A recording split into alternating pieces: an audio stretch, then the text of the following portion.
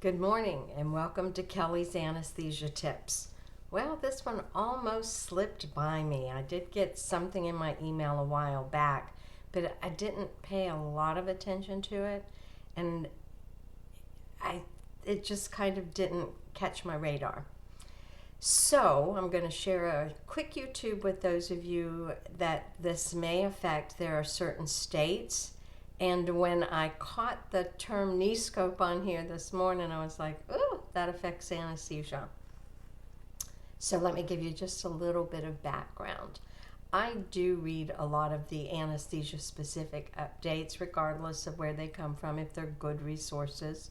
And I do have a good resource. I've been on the mailing list back when it was Communique. I've written for the Communique, and now it is Coronas that sent this out. So I'm going to show you here what I got in the email. I want to walk through this real quick. So the email was about a pre-approval program that went into effect January 17th of this year. But I think I got, back in July, an e-alert. And I was like, pre-authorization can affect pain management, but not really anesthesia. Well, I was wrong. So here we go. This is a program from CMS. They've acronymed it WISeR, which stands for Wasteful and Inappropriate Service Reduction. Another acronym to remember. That one's at least a good one. And it only applies to 6 states right now. So it's not all of the Novitas or Noridian states or CGS. It's New Jersey, Oklahoma. Shout out to my friends in OK. And New Jersey, Dr. Pam. Texas, friends there. Ohio, friends there. Arizona, definitely. And Washington State, yes. So these are for my friends in those states. And usually when something starts somewhere in a test pilot way, it may eventually make its way to the rest of the states that are not listed with these 6. So WISeR is a program that does affect anesthesia because right here is knee scope. We do knee scopes. I equated most of these procedures with pain management practices.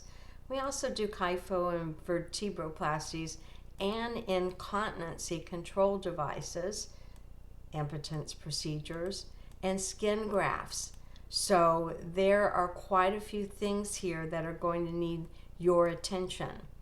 And why this affects anesthesia is because if the surgeon doesn't get pre-approval, often anesthesia doesn't get pre-approval, and you in the past have been able to do an appeal because anesthesia doesn't typically require pre-authorization for services.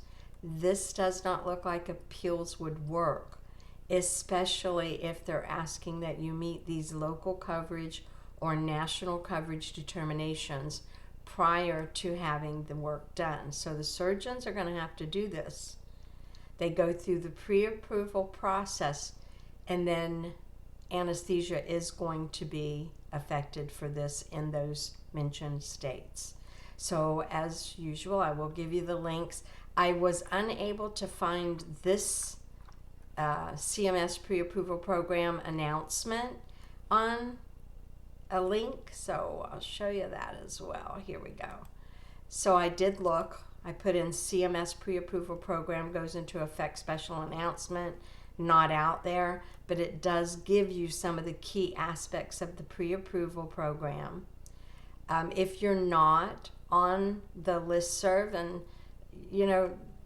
don't take the position that, I can't listen to them because they're a competitor. You can.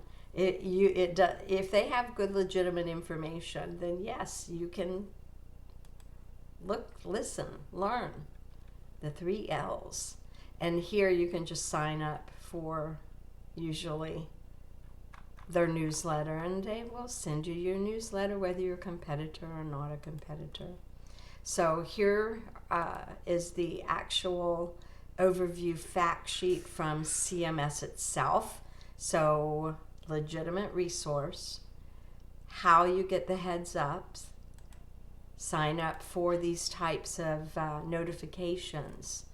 And good luck. Let us know in the comments if you're going to be one of these states that are going to be affected. And as I said, this is the one that caught my eye. The rest of it, I start at the top and I'm like, pain management, I'm busy, don't pay attention. We need to pay attention. That is the YouTube for today.